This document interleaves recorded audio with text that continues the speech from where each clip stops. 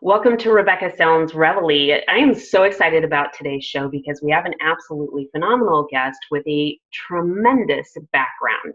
She's a former attorney, a co-author of The Rights and Responsibilities of Teenage Parents, and she is a certified hypnotist. She is also a personal trainer, and there's much more. She's also involved with radio, and something that I find absolutely very, very important in our lives, and that is what we do to make things happen in a positive way. She is a life choreographer, and with us today is Laura Cheadle. Welcome to the show. Thank you so much for having me. I am really delighted to talk to you today because you have such extensive background in personalization skills. And so you have been in the courtroom, so you've been in a formal setting, but you've also worked with people from a lot of different angles as far as developing a way to move forward. And there are a lot of different strategies out there, Laura, that people use to cope with different things that are going on in their world. And we're going to talk today about the coping skills of stress and anxiety. And what's really interesting about this is over the last about 10 years or so, I think the levels of stress and anxiety have changed for many Americans. Would you agree? Oh, absolutely. With our cell phones, just carrying those around, with social media, we are connected, we are on all the time. And we never have the downtime that we had even 10 years ago. So yes, you are absolutely correct. You know, when you say that, and I think about downtime, and I think about the cell phone, and I think about family values, there's a commercial that I have seen not too far in the past that shows families sitting around and they're basically communicating with one another via cell phone. That's funny. And there's so much misinterpretation in messaging that can add stress and anxiety in just what kind of response someone is going to give or the one that they've received. Yes. And there's also a different kind of a pressure with that too, because you hear that little ding that a text has come in, you feel compelled to answer it right now. And you don't have time, at least I do. And you don't have that time to maybe process and think, oh, what are they asking me about? Are they venting? Are they seeking advice? Are they sharing information? Are they requesting something of me? Where face-to-face, you're able to understand that at a different level. This is very true. And not only that, but like you said about the pressure, it's even just the expectation that someone expects you to respond right now. And it doesn't matter what you're doing. Right. If you didn't respond, there's a sense on the receiver's part of why did that person not respond to me? Or they don't like me anymore? Are they too busy for me to even just give a quick message? And the person that originally received the message may not have even gotten it for a couple of hours because they could have been involved in anything, a car accident, the courtroom, it could have been anything, a discussion at home, they're caring for their child, whatever the case may be. And so I think that you've hit on something that's very, very crucial to stress and anxiety now, because that is just sort of the precursor to a number of other situations that cause stress. Absolutely. Absolutely. And it's funny because we hear a lot of talk right now about living in the present moment. And when we're focused and we're living in the present moment, we're more peaceful. And while that is true, our present moments right now are so intense because at any given present moment, I can be hearing the Facebook messengers pop up. I can be hearing my text pop up. I can be hearing email pop up. I can be having my landline ring, my cell phone ring, and my kids needing me. So even those techniques of staying in the present moment in our society right now sometimes don't work because there's too much happening in any given present moment. Mm-hmm. So that's one component to the things that we're facing in the last 10 years. Can you think of maybe another? There's a lot of pressure, I think, to succeed in general. Okay. There's been a lot of concerns, economically, you need to maintain these jobs. There are fewer companies offering things like retirement benefits, bonuses, incentives to stay. So there's this constant stress and this constant pressure that I have to respond to my employer all the time. There's people out there and they'll take my job, and I have to work extra hard in order to save for my own retirement or pay for my own health care. And whether or not that's actually true for you, we hear it around us. And then it becomes true. Even what's going on with healthcare now, whether or not you as a person have a health condition that is or is not covered, the stress level all around us is fear, fear, fear. And there's just way more of that lately. Yes, there is. And there's just so many. And you're seeing things on television. The media is playing a huge role in a number of different things that are happening. And some of them are involved in creating havoc in a lighter sense of the word.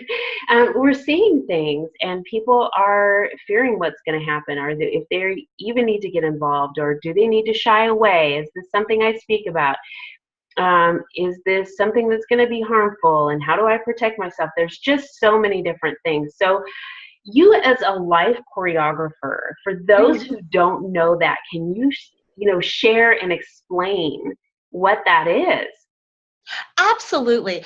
When I was practicing law, I went in fairly naive. I thought as a lawyer, I would help people understand what the letter of the law was and how their situation would apply to that, and that they would get excited and they would say, oh my goodness, I see it now, and I'm going to solve my own custody battles, and I will work with my employer and I will resolve this.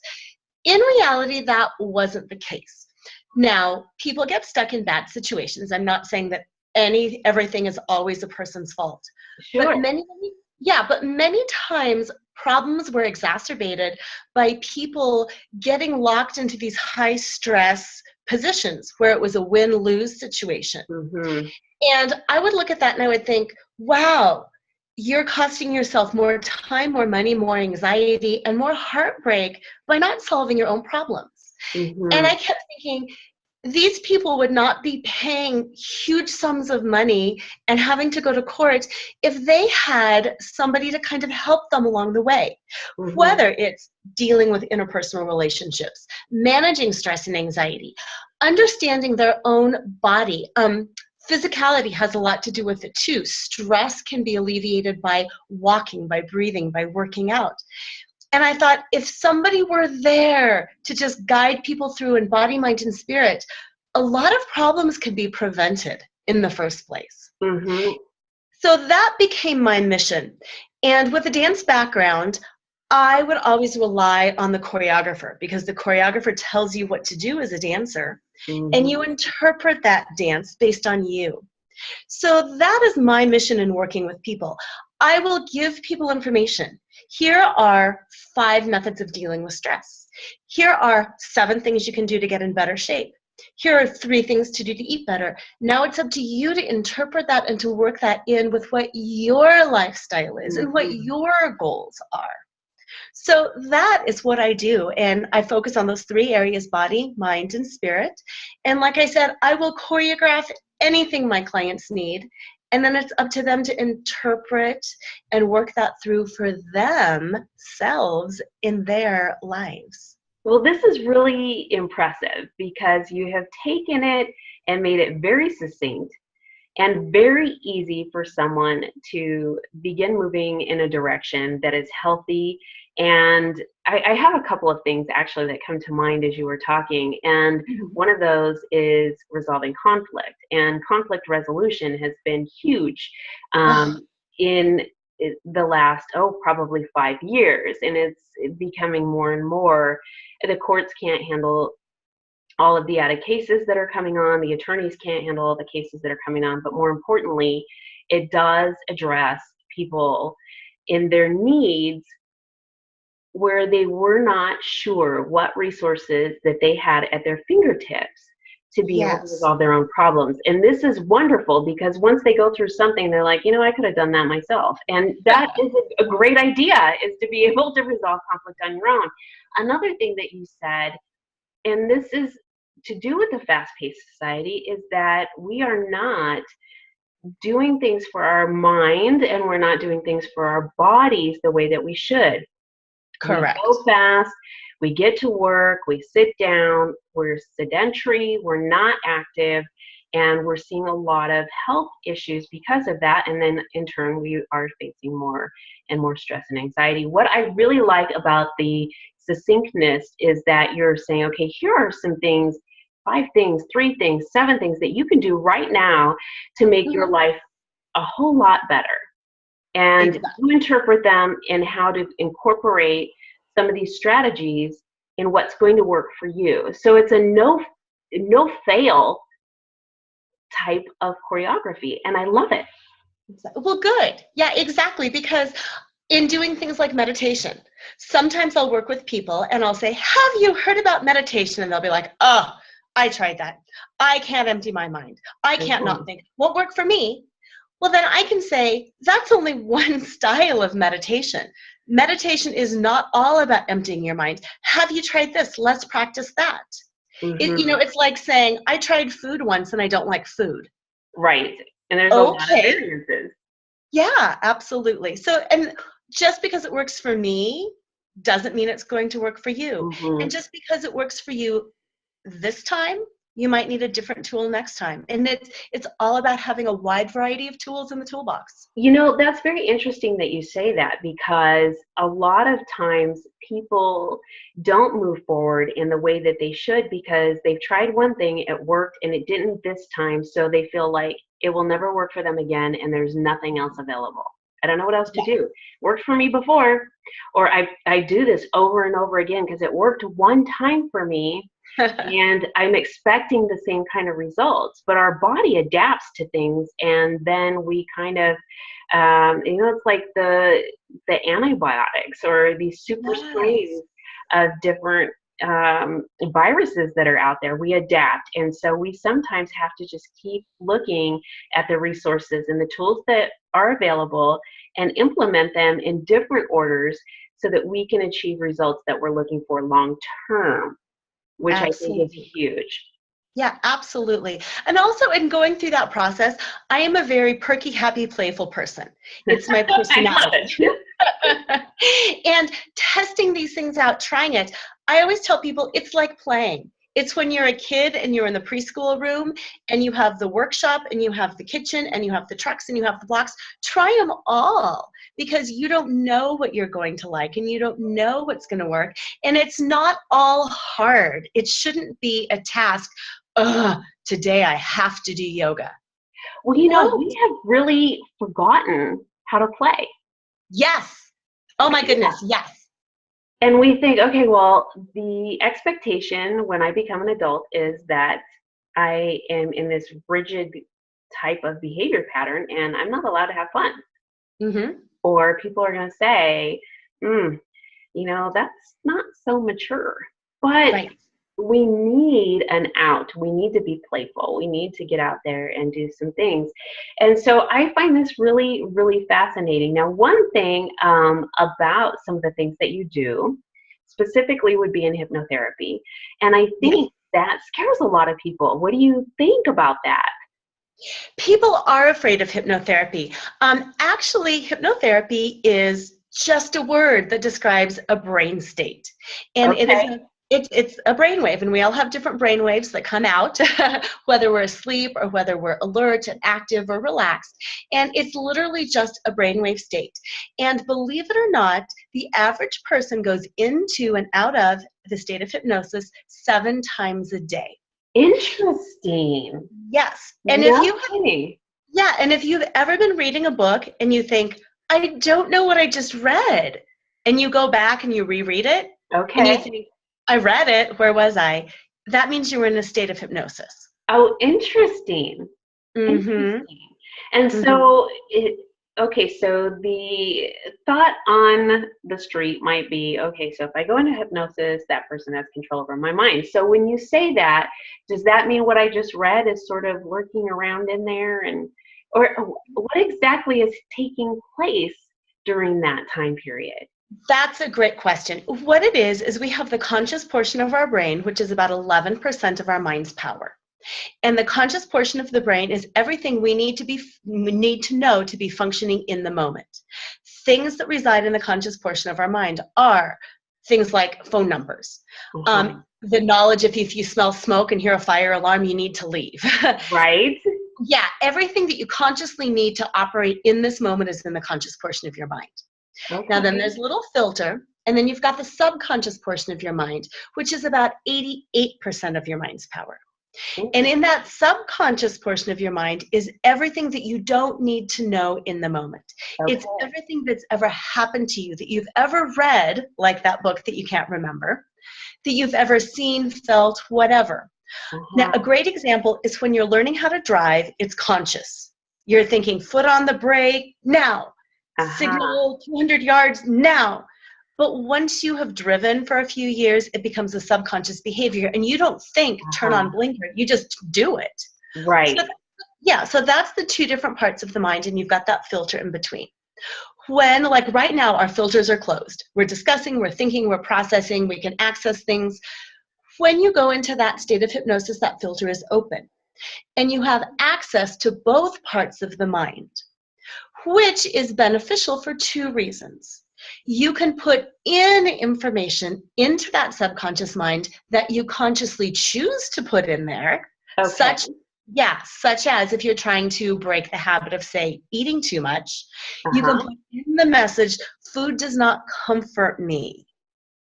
Food, you can put in that message. Then you can also vent messages out, such as. Oh, interesting. Okay.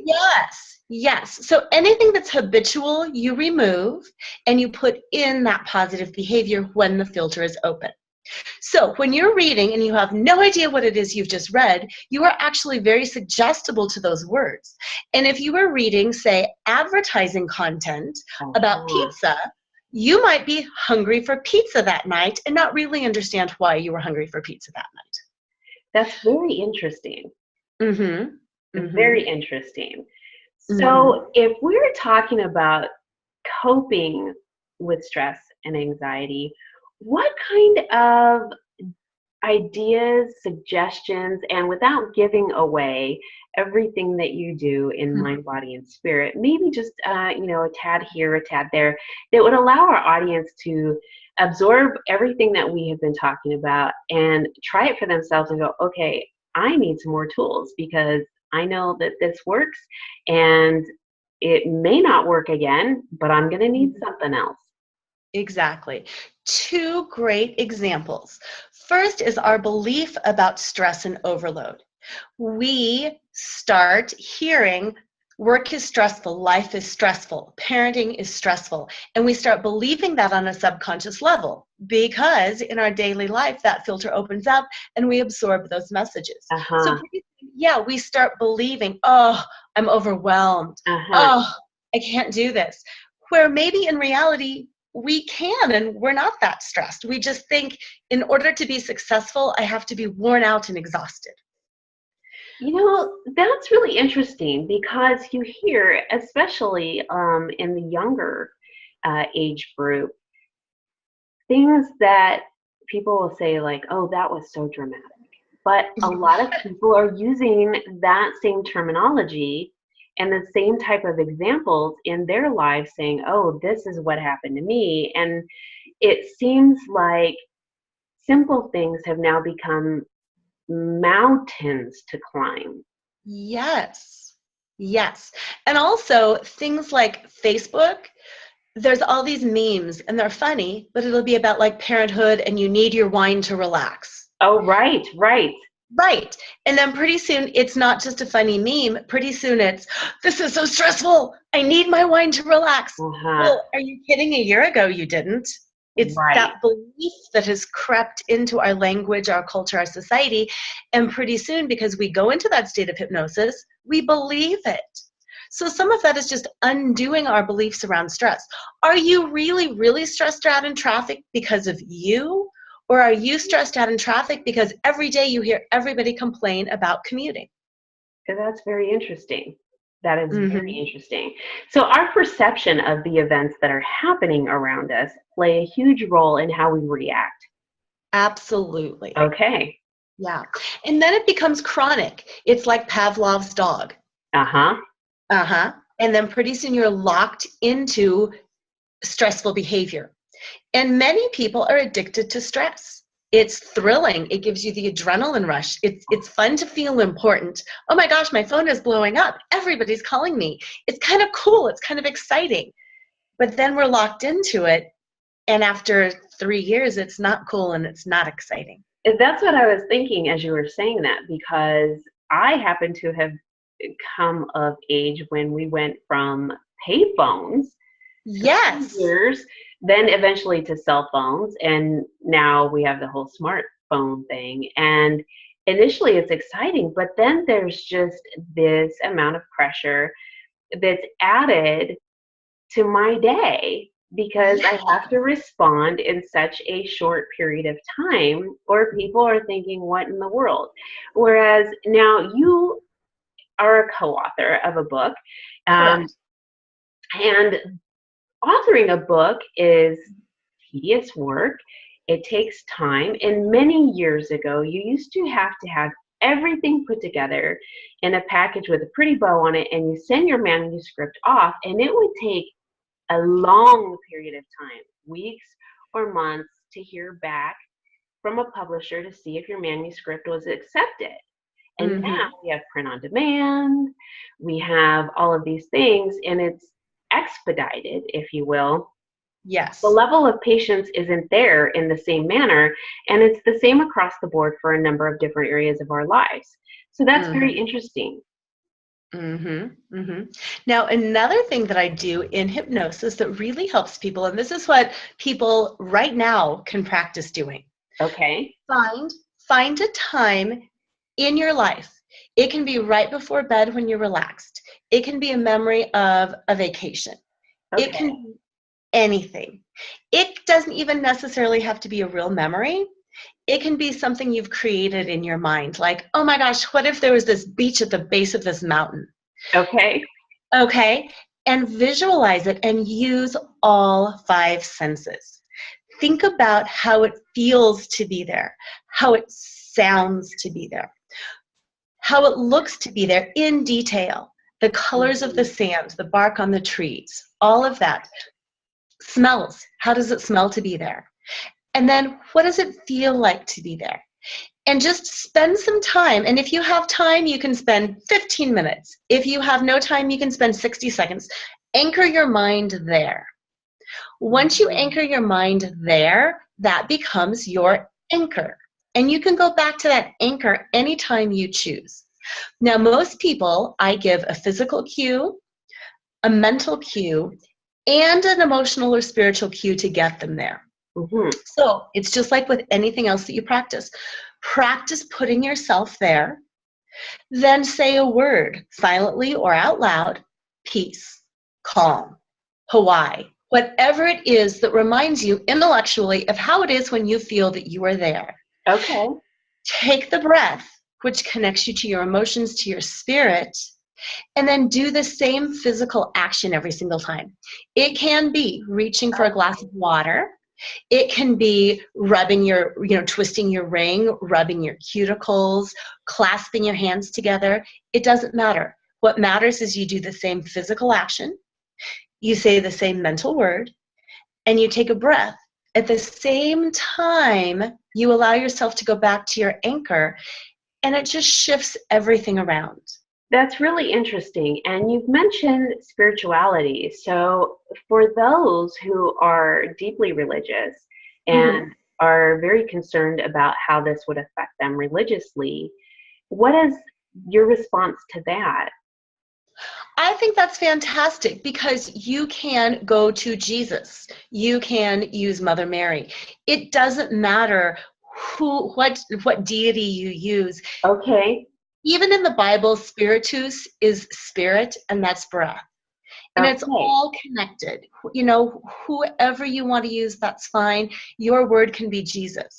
And then the feeling can be the peace of Jesus around you. I Your, see.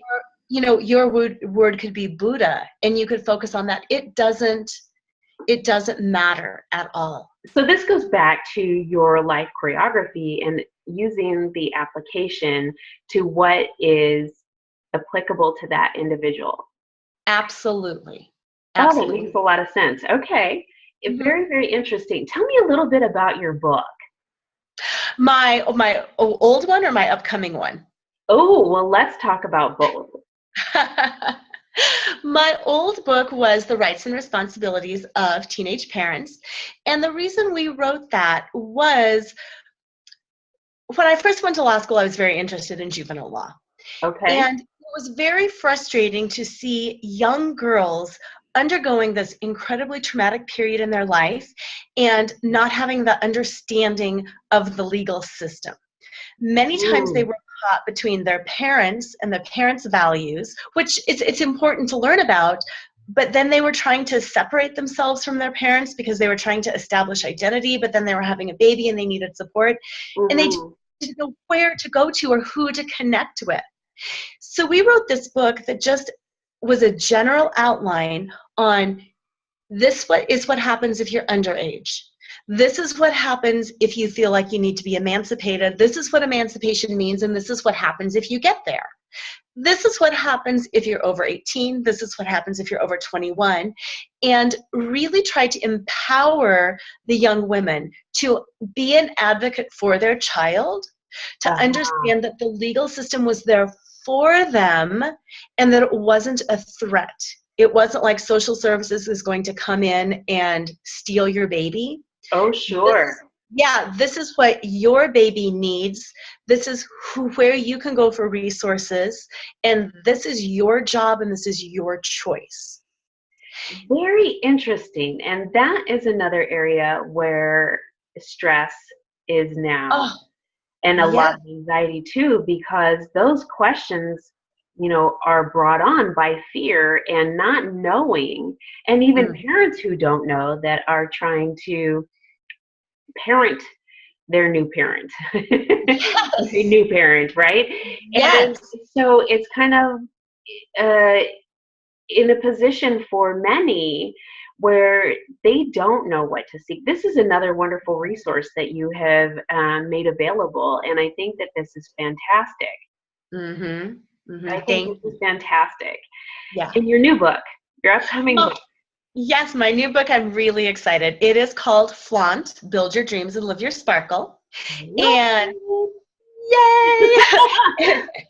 And flaunt is an acronym, and it sums up a lot of the things that I do as a life choreographer. And Okay. the acronym F is for find your fetish. And that's just find whatever it is that brings you joy.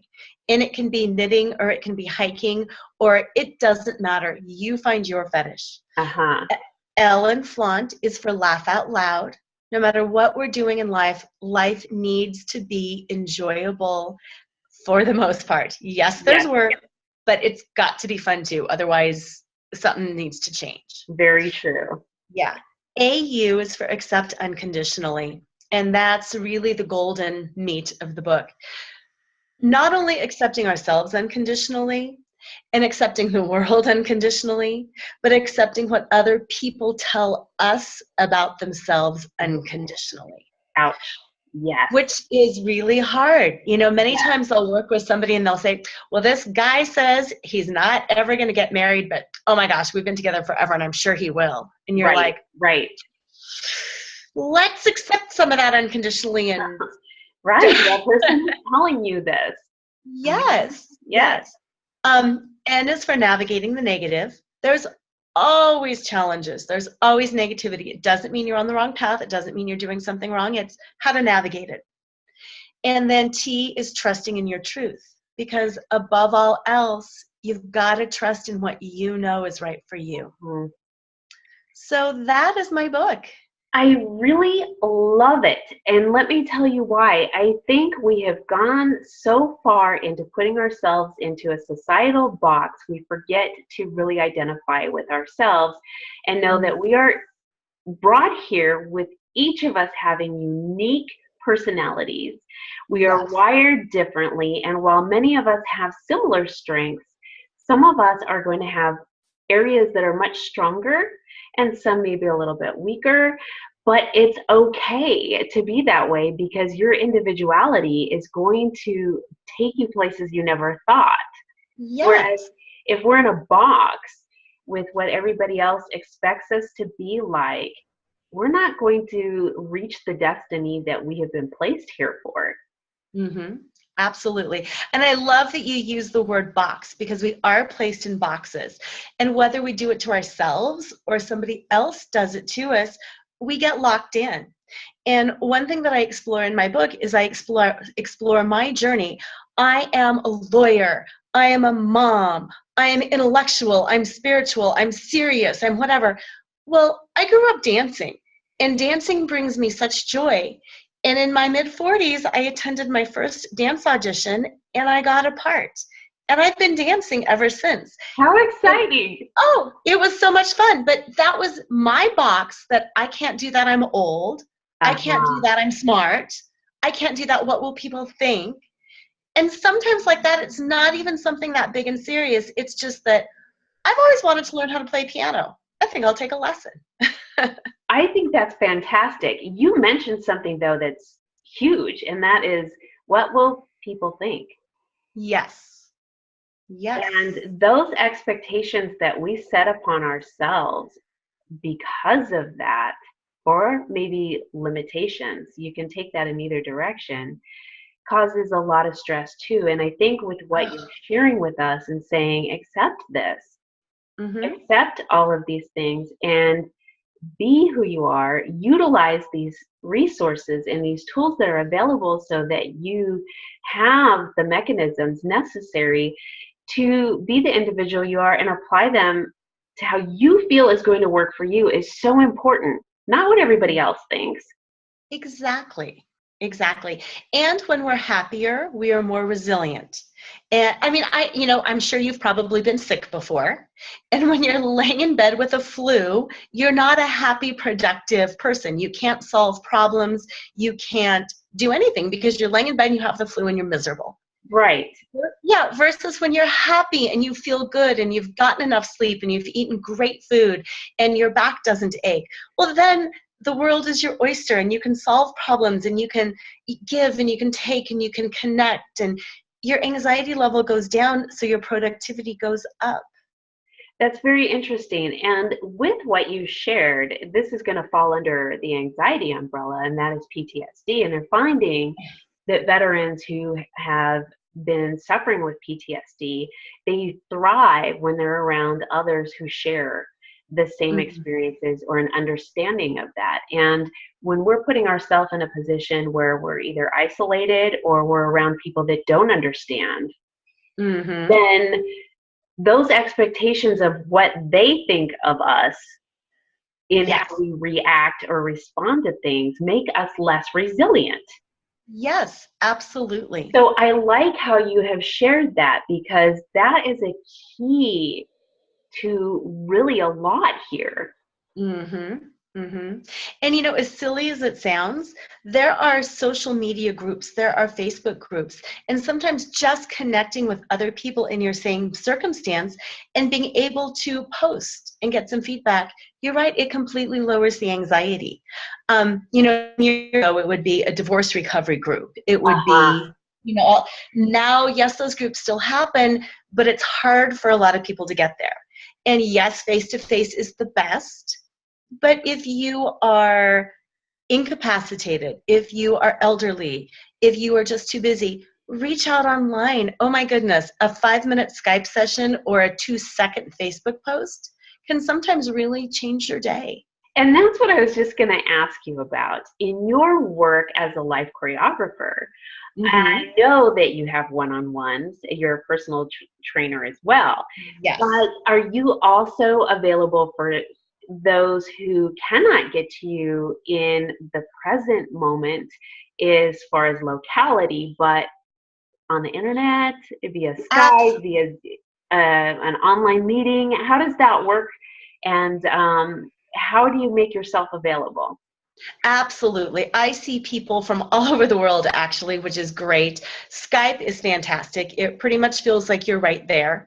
I have done a variety of things, whether it's just a phone call on WhatsApp or Viber or one of those, internet services. Oh, yes. Yeah, or FaceTime or Skype. I am open and available to see people all the time.